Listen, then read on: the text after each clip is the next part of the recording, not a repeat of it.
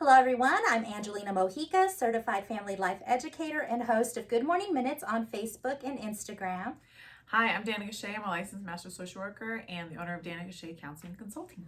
We'd like to welcome you back to Much Love, Much Peace, Many Blessings. Last episode, we talked about toxic relationships, and we're going to continue to talk about relationships. But what I'd like to bring as topic today, Shay, is when communication goes wrong in a relationship. Have you ever experienced that? Oh, no, never. Yes. And it does. Sometimes two people that are in a relationship everybody's going to come from their own perspective, their own point of view, definitely. And sometimes when you're trying to communicate your wants, your needs, and your plans, they just don't sync up, that communication link. Definitely. So I think one part of understanding each other is understanding that there are two perspectives, and there really isn't a truth in regards to an argument. You're going to have your perspective, and that's going to be your absolute and your truth and your reality. And I'm going to have my perspective, and that's going to be my truth and my reality. So how do we avoid the conflicts that may cause bigger, huge arguments and possibly lead to either breakups or maybe a failure in a friendship or, family disconnections? Well, I think it's good to educate yourself on like good communication techniques and tips, because conflict's going to happen. That's what I tell my clients. Yeah. The goal isn't to avoid conflict. The goal is how are we managing that conflict, because there is going to be conflict because we are different. We do see things differently. So just learning how to manage that, I think, is the key. Absolutely. And I would say, in that management, there are some things that you want to be avoided of. For example, yelling and screaming. So I took an anger management class with my sister many, many years ago. And one thing I learned in that class was that when you yell and you scream, it's just showing the lack of control you have over a situation. What do you think about that? No, definitely.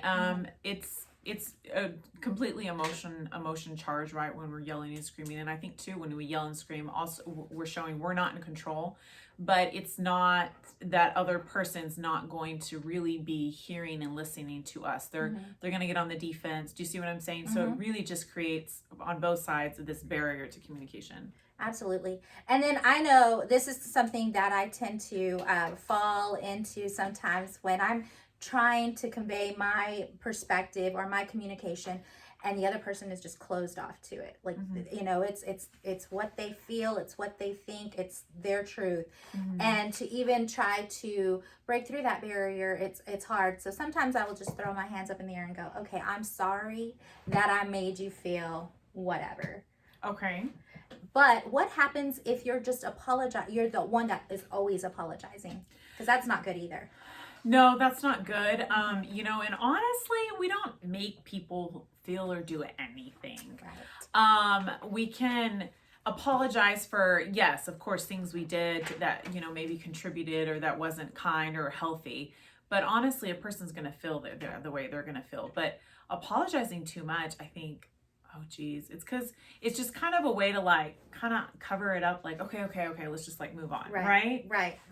And I mean, honestly, just bearing truth, that's basically why I would, if I am, not in the wrong. Now if I'm in the wrong, I'm going to be sincerely apologize. But sometimes to avoid an argument in the continuum of just going back and forth, it's like, okay, I'm sorry. But that you're right. It also sets the other person up to be that doormat eventually, because because you teach people how you want to be treated.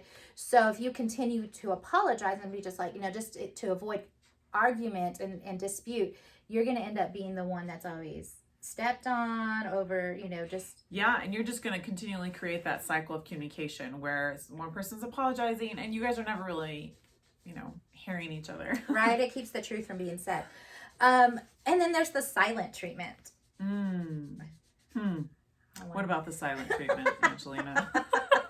Well, it has the negative impacts on relationship because you're just avoiding topics, you're just avoiding conversation, And I mean, that's not really building a bond. No, it's not.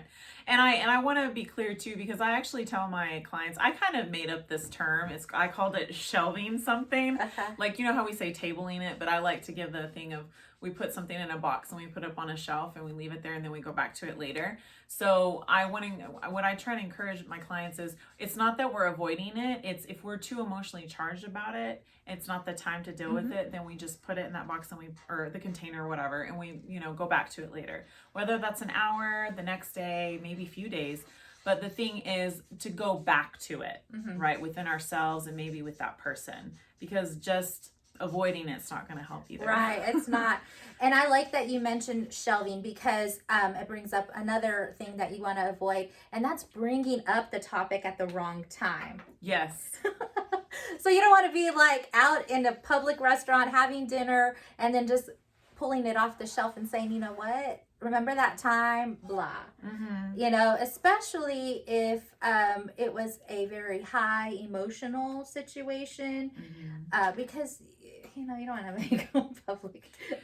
Yeah, and that's another thing I talk to my clients about. It's about it's the 3 points of alignment. It's what am I doing at what time and in what manner. So we all, when one of those is off, it makes everything else off. So you're right. We have to know there's a time, there's a place, there's a tone, Yeah. And, make sure that you have dealt with the emotions, because you don't want to be reactive. You want to be responsive, and you want to be able to really think through those things and be rational in that communication.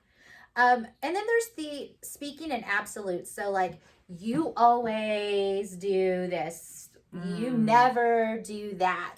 That doesn't really, that's bad. That's going to set somebody on the defensive, because they're going to feel attacked. They're going to feel attacked. So, as a person that understands counseling theologies and things like that, you want to use I statements. Yes. We use I statements, we use I feel statements, we avoid you. And why do we avoid always and never? Because that's not true. No one always does something and no one never does something. Right. So, right. That's true. And you want to speak in, with facts. So, yes. Which kind of leads into another one, which is don't make assumptions. Assumptions don't really help. That's why you want to seek to understand. So if something appears to be something, question it. Yeah. That's going to build your communication. That's going to build trust. That's going to build bonding between you and whoever right. you are. Like a good phrase is, can you please help me to understand? Because I'm just trying to understand, what you're saying better. Things like that. Help me to understand. It's a good phrase. Yeah, help me to understand. And then, it just kind of goes into another thing. You don't want to do the should and shouldn'ts, which is tell your partner how they feel. Yeah. Like, you hurt my feelings, so Shay, you really should feel bad about that. Yeah. Sorry. And I get it, but if you really want to communicate your feelings, this is, again, your I statements. You want to use the I statements. I feel like this. Because when this happens, yes, you're focusing on facts, on what happened, and so again, avoiding the use, and it's hard and it takes practice. You're not going to get it right the first time, but the more you continue, and if the relationship matters to you, then you're going to want to put this into practice for sure. Yes. And then not asking for what you want. So again, kind of going back into that doormat thing. If you're always apologizing, you're not going to ask what you want. You're not going to ask what you need in a relationship. And so then, you're kind of setting yourself up for failure. Right. You're not, we need to be clear, because a lot of times it's interesting. A lot of times we're upset, but we don't even know what we want. So if I don't know what I want, how is my friend or my husband or my child going to know what I want? Right. So really, it actually allows us to get clarity on what we want and then to communicate that. And then that person can say, okay, I can help meet that need, or I can do that, or I can't do that. And, and then we move on and we respect what can and can't be done. And that's where compromise can come into play. Okay, maybe I don't have the skill or the ability to do that, but let's meet in the middle somewhere. So we're both receiving, what we need and what we want.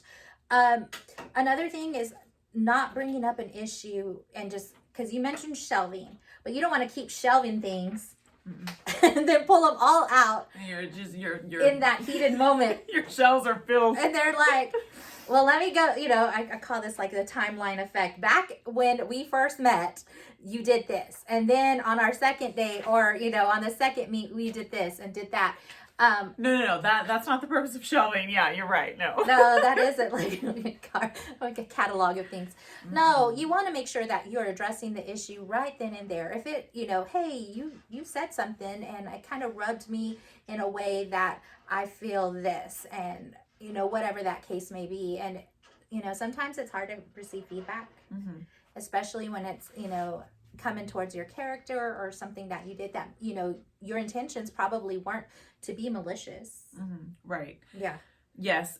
That's another good technique to use with people that we're having a relationship with, to assume good intent. I mean, honestly, most of the time we don't have malicious intent. And even when we do something to hurt someone else, it's because we're trying to protect, we're trying to self-preserve, and it's our defense mechanism. I'm not excusing that behavior. I'm just saying it's not, our initial thing is, I want to protect myself. It's not so much I'm trying to really, really hurt you. Right. So, anyways. Absolutely. Absolutely. And so then just our last two, not listening, kind of just tuning the person out, and then showing a lack of interest in something, of your partners or your families or your friends' goals, ambitions, and just not being supportive. Right. So so those things can tear up a relationship real fast, and communication really fast. So you want to be accepting of repairs, because, if you value the relationship, whatever dynamic that is, people that care are going to do and try to repair situations. So don't push those things back, because then that relationship is not going to end up where you want it to end up. Exactly, because we talk about how we're always growing. So don't you think the same goes for our relationships? We're always growing and evolving, and that's just a part of the process. It's not always going to be perfect, or everything's going to be going well. I think if we manage these things well and we communicate, then things will go well. So. Absolutely. So here's the fact. We all make mistakes in a relationship, whatever magnitude that is. Both of you are going to make mistakes. As long as you two are willing to discuss the issues constructively, be quick to forgive, and learn from the mistakes, you guys will keep growing in the relationship that you have. Yes, definitely. So if you like what you heard, give us a thumbs up, hit subscribe. I'm Angelina Mojica. I'm Danica Shea. Much love, much peace, many blessings.